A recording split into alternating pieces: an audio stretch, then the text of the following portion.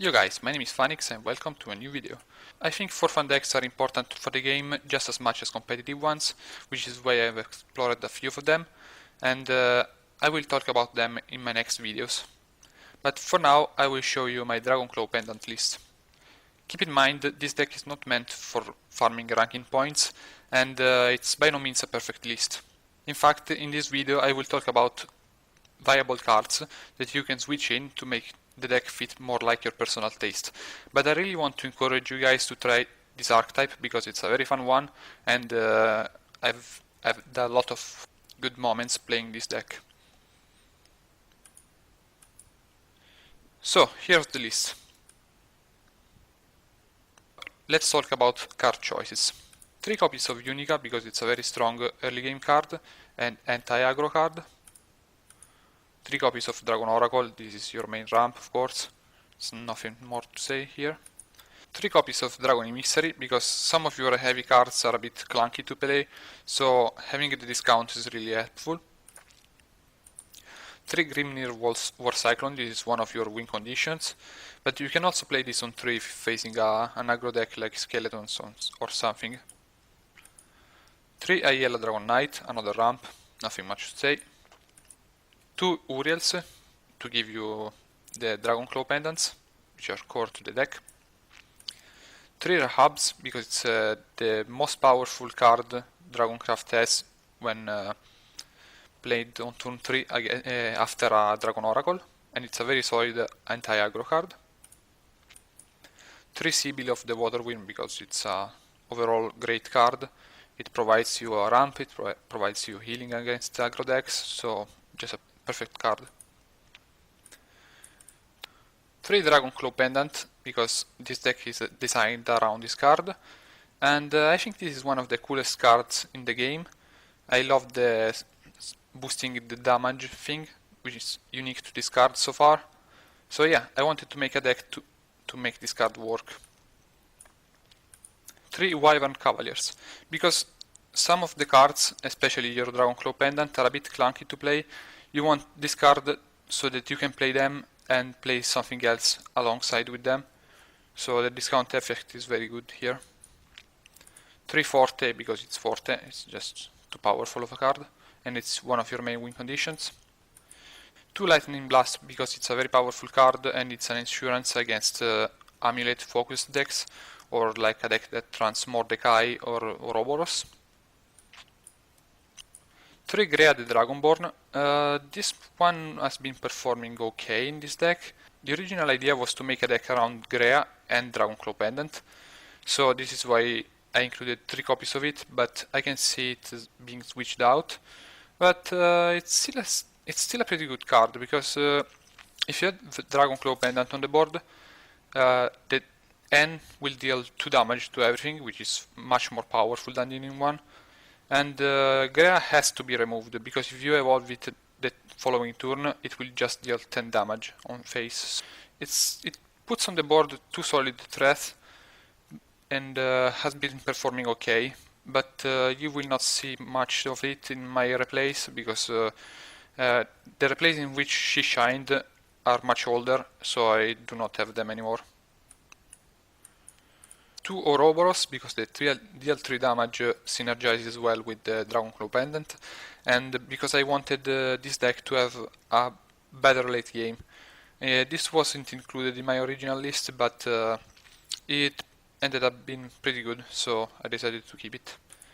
And Archangel Olivia is here mainly because of Grea, because like the idea is you play Grea on turn 8, when you most likely will have used all your evolution points, and then you play Olivia on turn 9, and you evolve Grea and deal 10 damage to the face if you have a Dragonclaw Pendant on the board. This is why I included one of Olivia, but it's not really needed. So let's talk about viable choices. Blazing Breath is a very strong card, but it didn't make the cut in my list because I didn't feel like it was too necessary, and I honestly didn't know what to cut for this card. You can include this, but I don't know. Breath of the Salamander is a very powerful card that didn't make the cut. I felt like I needed to have a more proactive turn 6 rather than just clearing the enemy board. So that's why the card is not in the deck, but you can just include it. Harnessed Glasses is a surprisingly good card in this deck, because of course the deal 1 damage to everything is boosted by the Dragonclaw Pendant. So if you want to have more fun, you can just include this card.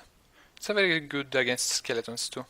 Wrath Drake is a very good card in this deck. I did run 2 of these, and I ended up cutting them out in favor of Ouroboros. But you can play this card instead of Grea if you want, because the deal 1 damage boosted by 1 is very powerful, and deal 3 damage is even better. So you can play this on turn 5, you can play this on turn 8. It's a very solid card, and I encourage you to try it out.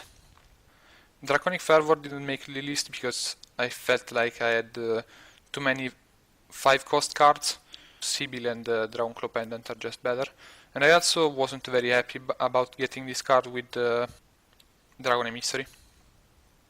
And last we have Fafnir. Fafnir is a great card in this deck because the deal 2 damage is boosted by Dragonclaw Pendant, which will most likely result in a board clear, and has a very good body for 9. And the reason Fafnir is not played anymore is because Bahamut is a thing, but Bahamut is not good in this deck because it clears your own Dragonclaw Pendants. So Fafnir is just better. You can include this instead of Olivia if you like. I was thinking about doing so as well, so maybe. So, let's watch some replays. Okay, first game is against Swordcraft. These games are all unranked match, because of course I'm playing for fun and don't want to try hard in ranked mode. Here I was still using my Wrath Drake instead of Ouroboros, so this is a pretty old game. I mulligan it and draw Forte. So of course my plan now is just to play Dragon Oracle into double Dragon Emissary, unless I draw better, like Rahab would be better.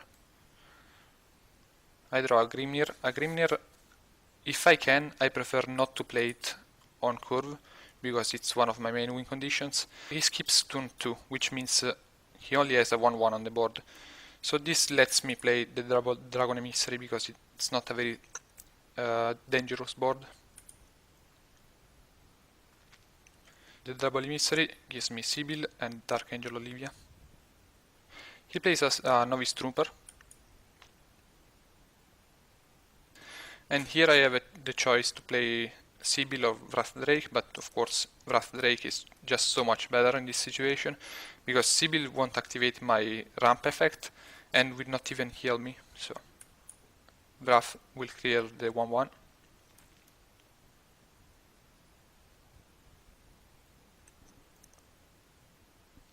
He plays another Quick Blader and Grimnir.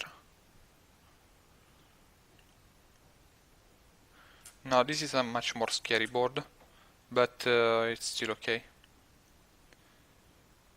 This turn I will play the Sibyl, because it lets me ramp and I get 2 overflow, so I also get the healing effect, which is super good against aggro decks. So of course I take the trade and heal for 3. He plays Angel of the Ward to clear my 6-3 and hold Solid Swing. So here I have a good turn to play Dragonclaw Pendant, because it's not putting too much pressure to my HP. So I just play Dragonclaw Pendant and evolve Ayala to clear this. I was also hoping for him to clear me, because this will deal 5 damage, so it's not a bad idea too.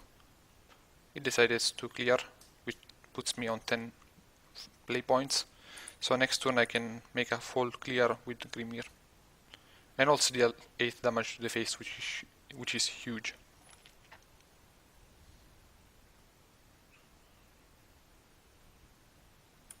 At this point he doesn't have much left, just 1 card, and I also have a ward on the board. So even if that's if he survives to turn 9 and summons Albert, I should be fine. So here I was going to play Forte, but I draw a Grimnir, so it's even better. I deal 8 more damage. And at this point the game is just won. places Albert, clears, and quick baiter. But then adjust Forte for the win.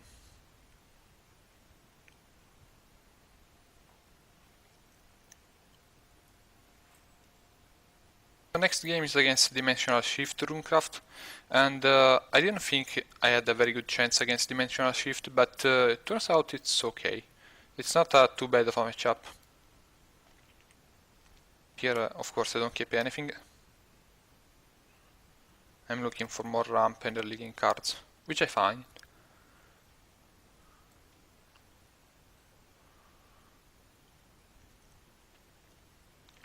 So I have the turn 2 Oracle into turn 3 Rahab thing, which is very good.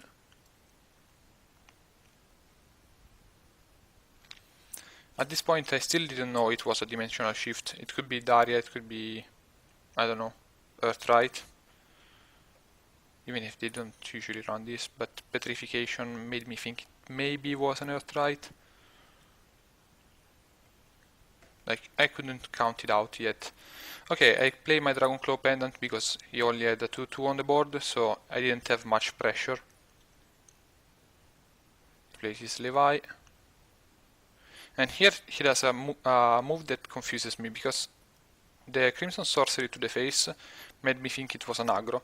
So I decided I had to rush, which means I played my Wimmer Cavalier to discount Grea, so next turn I could clear. It turns out it was just a D-shift, so it was not the best play, but it wasn't bad either. Places Merlin, evolves and trades.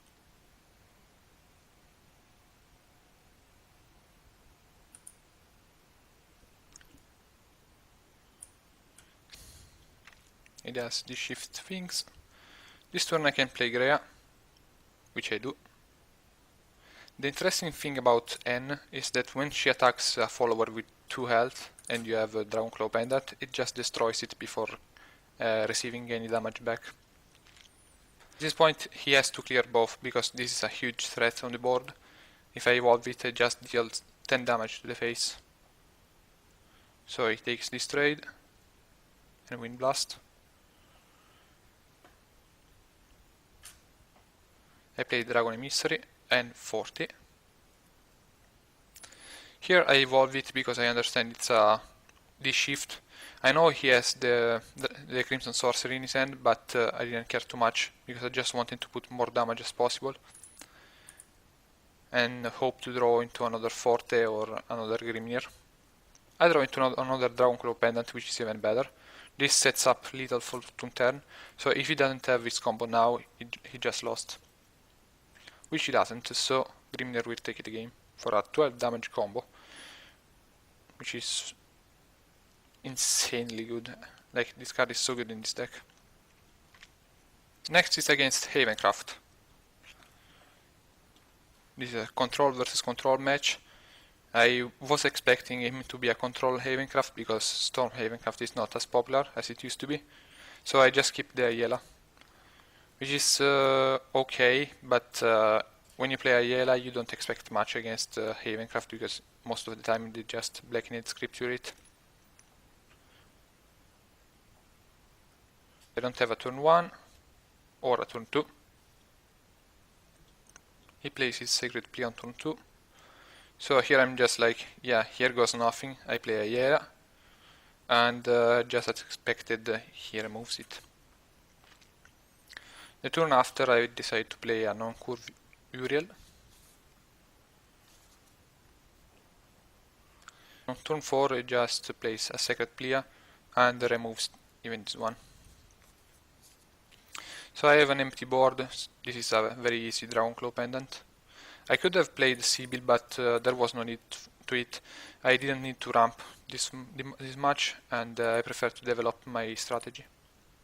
He plays a 2-2, which is not a very big deal. So I can play another Dragonclaw Pendant I just got from Dragon Emissary. And at this point I need to start playing in a more proactive way. So I play another Dragon Emissary and play my Sibyl. My Sibyl here just gives me ramp and heals me, which is perfect. So I go back to full health.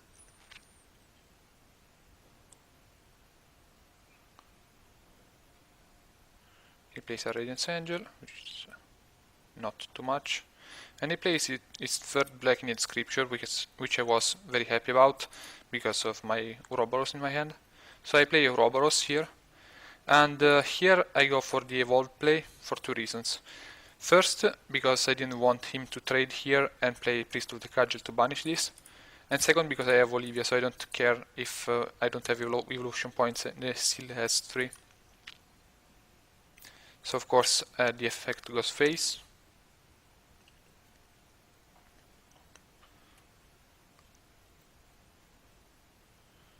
He plays his Priestess and wards it up.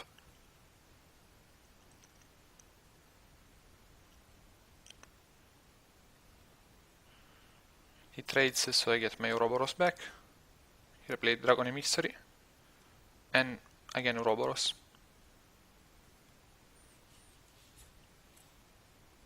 So here I play Ouroboros to the face because it puts him at 10, which is a very low HP. And I do that because I was expecting him to take the bait and attack here and banish this with Priest of the Cudgel, leaving him at only 5 play points. It couldn't do much with 5 play points. And at that point I would just play Forte and deal 7 damage with it, putting him on 3. And if I did so, my second Forte could kill him, a Grimnir would kill him, so I had a lot of outs. So I decided to go for it. As expected, he wants to banish this because it's too much of a problem for him. So he plays Priest of the Cudgel and removes it. He plays Ancient Lion Spirit too. Here I was going to Forte face, but I just take the Grimnir for the win. For another 12 damage.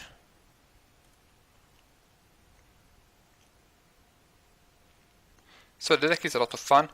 I hope you guys test it out and enjoy it. And let me know in the comment section what you think about it.